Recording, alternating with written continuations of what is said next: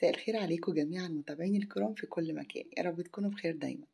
النهاردة قررت أعمل لكم وصفة صيفية جميلة سهلة وبسيطة، تورتاية كده بس مالحة المرة دي مش حلوة، جميلة جدا، هشة ومرتفعة وطرية وجوسي كده وطعمها يجنن، وأكيد أكيد مكوناتها موجودة في كل بيت. شكلها جميل جدا وألوانها هتفتح النفس قوي، وده أكبر دليل على إن هي قيمتها الغذائية عالية جدا. يلا بينا نبدأ ونشوف عملنا وصفتنا مع بعض إزاي. هنسمي الله وندخل في وصفتنا على طول. ومعايا مجموعة من الخضار المشكل، معايا فلفل ألوان، فلفل رومي، سبايسي، كوسة، بطاطس، بصل، قوطة، يعني الحاجات اللي هي موجودة في أي تلاجة. ومعايا بيض حسب المقدار اللي احنا هنستخدمه، هنتعامل مع البيض وحسب الافراد كمان. هنيجي الاول للفلفل، ما شاء الله شايفين لقيت جوه الفلفل الرومي فلفلايه صغننه جميله قوي مسمسمه كده ودمها خفيف، قلت لازم اوريها لكم. بنقطع الفلفلايه نصين وبنشيل بس راسها، وكده بتبقى جاهزه معايا. بنتعامل بقى بالشكل ده مع كل الفلفل اللي موجود، بنقسمه نصين كده وبنشيل الراس بتاعتها عشان بيبقى فيها بذور كتير كده مش مستحبه يعني. باشتغل على كل الفلفل الرومي بنفس الطريقة دي كده ما عدا الفلفل السبايسي، باحتفظ بالبذور بتاعته لأن هي دي اللي بتبقى مشطشطة كده وبتطلع الطعم الجميل. باخد الفلفل الصغنونة ما شاء الله جميلة قد ايه وقطعتها في ثانية.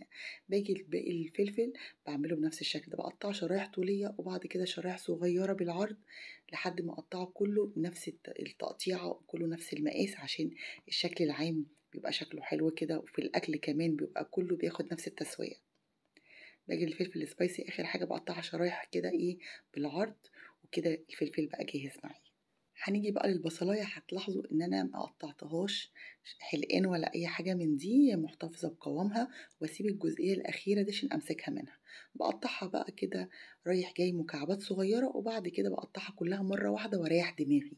وممكن لو مش عارفين تعملوها كده هتقطعوها شرايح زي ما انتوا حابين. تعالوا بقى للقطاية، انا قطعتها بايدي عشان استسهل. الموضوع سهل وبسيط مفيهوش اي تعقيدات، ممكن تعملوا كل الحاجات دي بايديكم من غير قطاعة اساسا. كده عملت ما شاء الله مجموعة حلوة كده من الخضروات، والوانها كلها ما شاء الله مختلفة مش شبه بعض، وقيمتها الغذائية بقى عالية فوق في السماء، لان الخضروات فيها كمية عالية من الفيتامين ومن الالياف المهضمة، فبالتالي بتسهل عملية الهضم. يعني الوصفة صحية وبسيطة وخفيفة كمان. بعد كده هنجيب البطاطساية ونبشرها بنفس طريقة الكوسية بالظبط.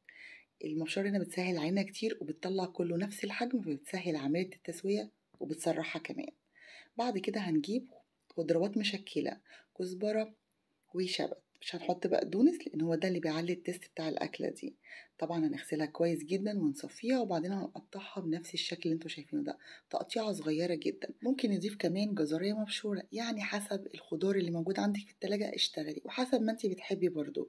يعني لو مش حابه الحاجات دي كلها اوكي، ممكن تستخدمي بصل وفلفل ملون وقوطه والخضره اللي احنا عملناها دي والبيض، وهنشوف طبعا مع بعض باقي المكونات.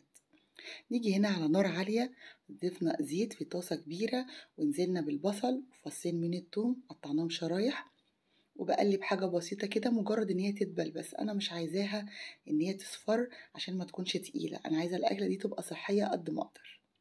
واول ما دبلت هنزل بالفلفل الملون او المشكل اللي احنا قطعناه مع بعض، وهقلب نفس الطريقة كده. المهم ان هو يدبل بس مش اكتر، انا مش عايزة اسويه.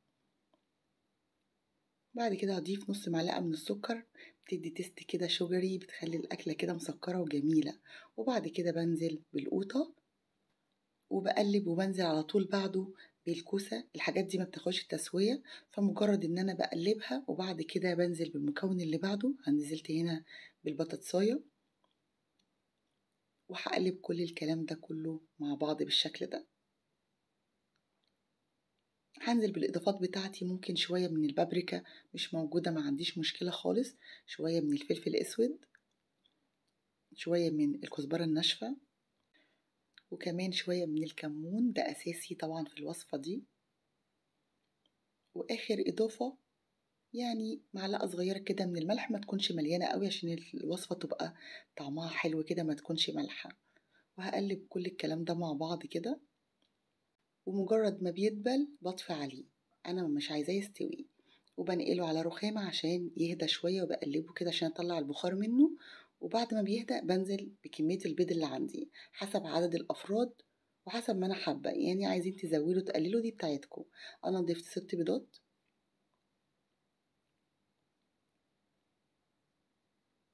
وبعد كده بانزل عليها برشة خفيفة من الفلفل الأسود، وبانزل ب3 معالق من الدقيق ومعلقة من البيكنج باودر عشان تطلع هشة كده ومرتفعة، وباعتذر لإن الإضافة الأخيرة دي اتمسحت من عندي. بعد ما قلبت كويس باحضّر صينية وبادّيها يعني رشة كده من الزيت، وباحاول إن أنا أوزّعها في كل الصينية كده عشان تتبطن كويس، بحيث إن أنا لمّا الأكلة دي تستوي أخرّجها بسهولة. باضيف بعد كده المكونات بعد ما قلبتها كويس جدًا، وبابتدي أسويها أدخّلها الفرن، ما بتاخدش بجد تلت ساعة بتبقى جاهزة بالشكل الجميل ده. خرّجتها بكل سهولة، وده شكلها النهائي بعد ما طبعًا بادّيها رشة كده من الخضروات عشان تدّيها شكل حلو، واديتها رشة خفيفة أوي من البابريكا، مجرد إن هي شكل للتقديم بس مش أكتر. ما شاء الله وصفتنا بقت جاهزة، يا رب تكون عجبتكم. كانت معاكم سما العريشي، وإلى اللقاء في فيديو آخر إن شاء الله.